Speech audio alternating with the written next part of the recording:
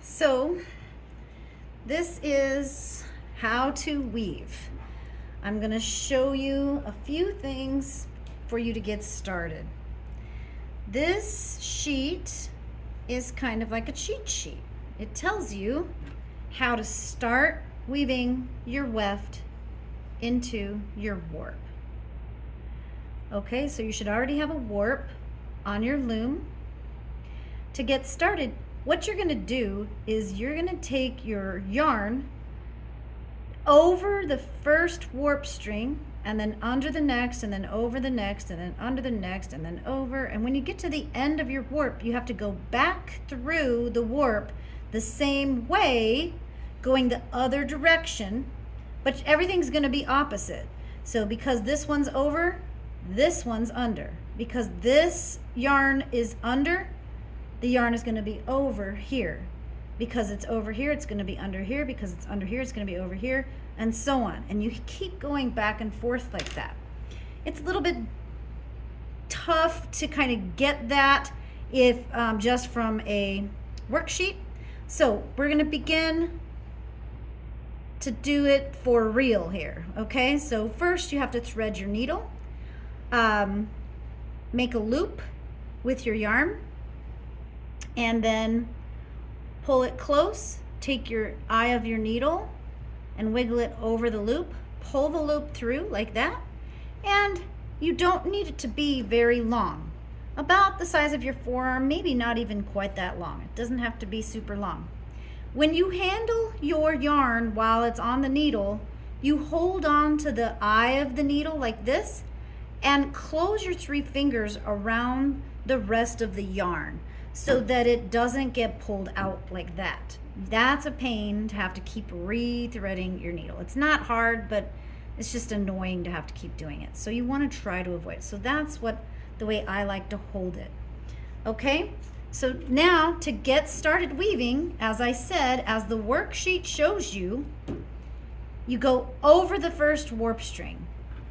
So then you do the opposite next, which is under, and then over, and then under, and then over. And you can see I help it along by picking up the strings in the warp as I pass my needle through. It's very important that you make sure and double and triple check that you did every other one, because every now and then people will skip a warp string.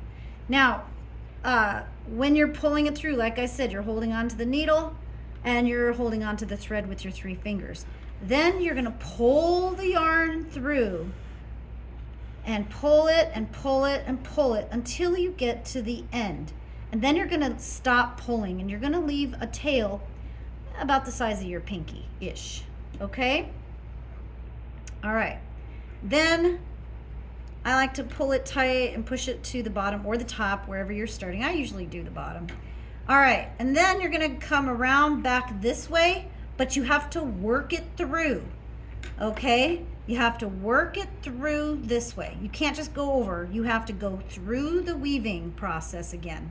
So here we left off where the yarn is over the warp string, so we have to do the opposite here. So we're gonna go under. Now look at, the needle is blue and the yarn is green, so it's really easy to tell that you're doing the opposite. There's over, this one's under. The yarn is under here, so here we have to go over.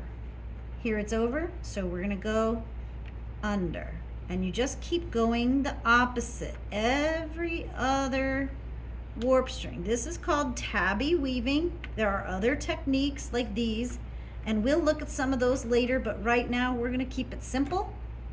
All right, so now I'm pulling the needle through. As soon as I get the eye through the warp, I grab the eye and wrap my 3 fingers around and I pull. Now, sometimes you'll get the yarn all twisty here. I just gently kind of loosen it.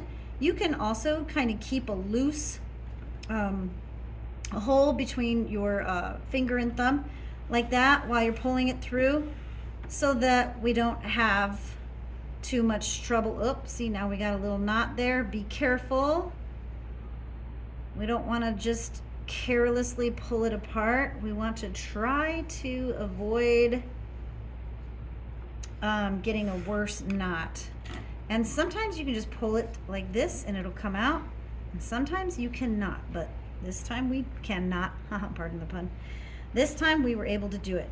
Okay, so I'm gonna keep holding this. All right, now this is extra, extra important. Be careful when you get to this part, because if you pull too tightly, look what happens to your warp string. You don't want that to happen. So if that does happen, you're gonna pull the yarn back using the end warp string.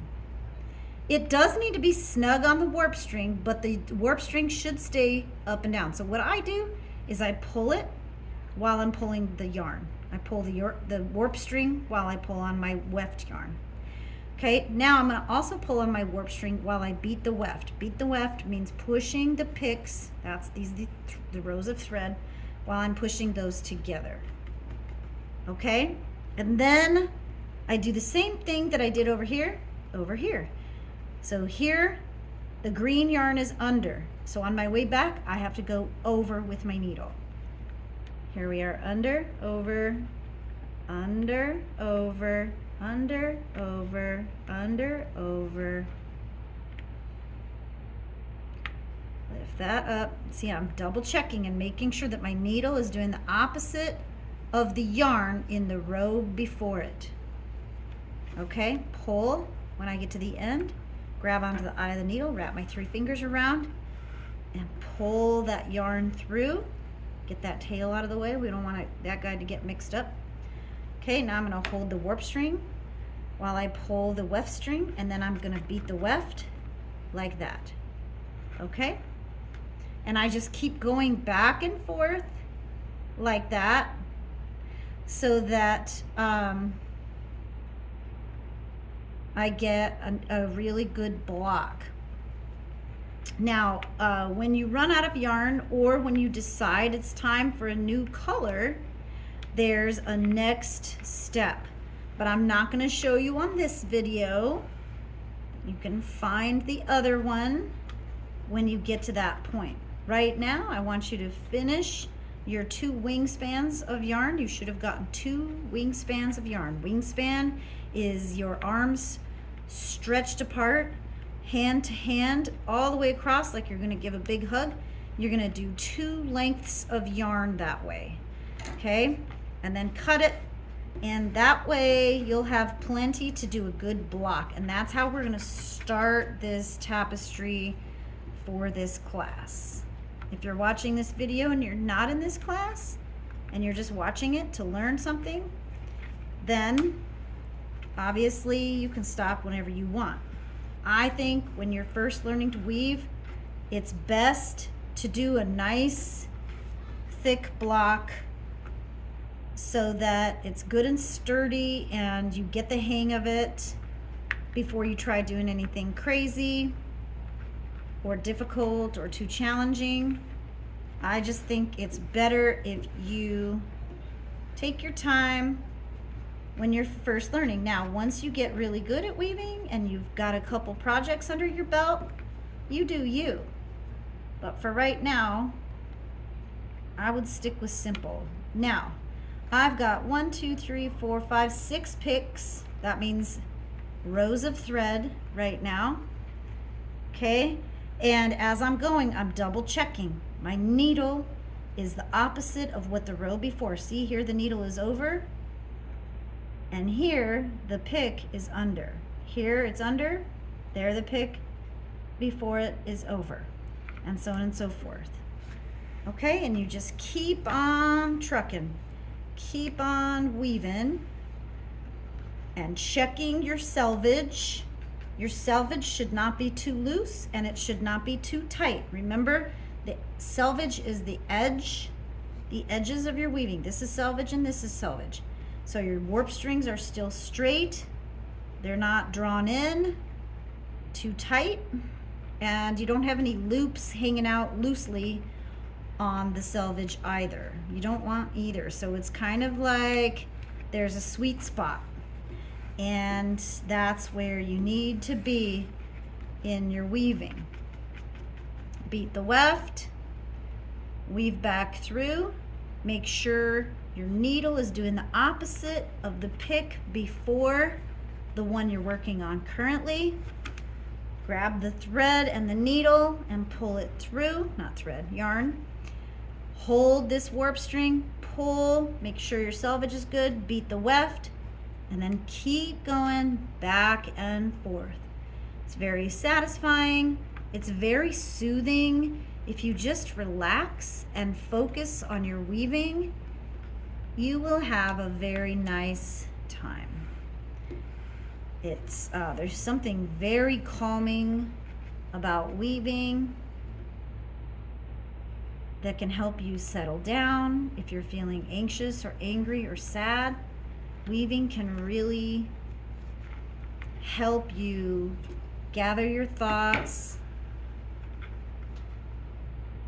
on weaving instead of focusing on the problems.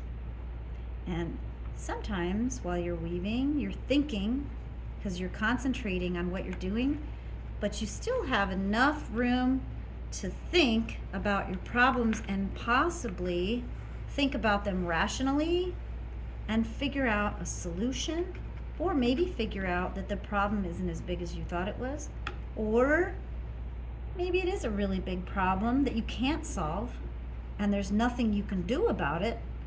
So if you can't change it, worrying about it also is not going to help it.